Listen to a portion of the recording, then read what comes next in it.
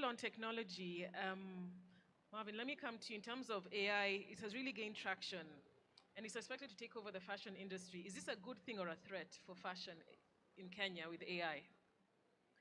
I think generally all technology is good technology because Yeah. it allows human beings to scale exponentially.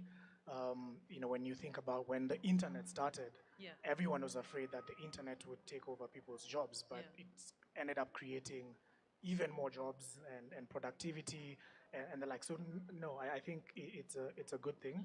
We should embrace it. And in fashion particularly, it has a lot of very exciting use cases. I can speak for Shopzetu. Yeah, I was going to be like, how is Shopzetu, using this? Yeah. So a couple of things. I think the most exciting use case for us is having a personal shopper. So when you think of Shopzetu as a platform, right now we have 25,000 products. By It's a the end of lot. this year, we're trying to get to 100,000 products.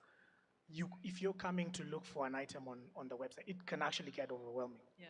Right? And so what AI is doing, especially this sort of new development around generational AI, is that you can actually have very hyper-personalized recommendations. So we're already building an AI engine that will provide customers with hyper-personalization. You get recommendations for exactly what you're looking for based on your past shopping, types, sizes, So give and me, the so likes. for example, what if I'm someone who comes and likes to buy Ankara dresses? So AI has my information. So that That would we mean already have you actually. already So have that so info. we Yeah. already do that even without So AI. how would AI now help me as a person who likes Ankara dresses? So it's not just Ankara. It's AI looks at data around, say, I shopped for Ankara and I paired Ankara with a certain shoe.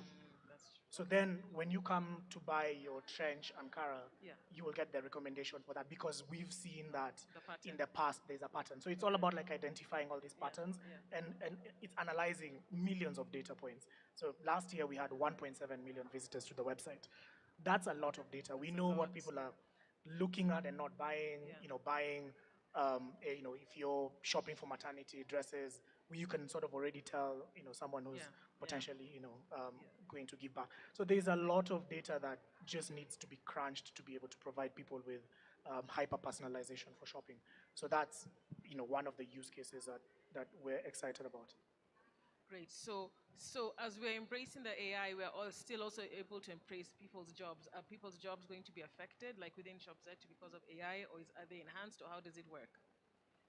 I think what happens with technology is it allows people to be more productive and to scale themselves, right? Yeah. So, I'll give you an example of another use case that we're exploring. With AI now, you can create virtual models. So we're already Yeah. doing that. Virtual models. So, right now, for every item that we list on ShopZeto, we need to get a physical model to shoot in Yeah. each individual item. Wow. So you can imagine It's it's a very lot. expensive, right? Yeah. And I also don't think it's particularly creative work. So it's not the best kind of model work that I would necessarily encourage anyone to do. We've had to do it because that's what was available. Yeah. With AI, I can use technology to have virtual models wearing The outfits. Yeah. the clothes on the website.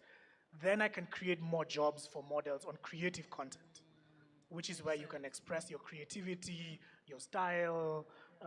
So, I feel like people will end up doing more productive work Yeah. that allows them Actually, yeah. to unleash their creativity Yeah. as opposed True. to like sort of monotonous website pictures. Thanks.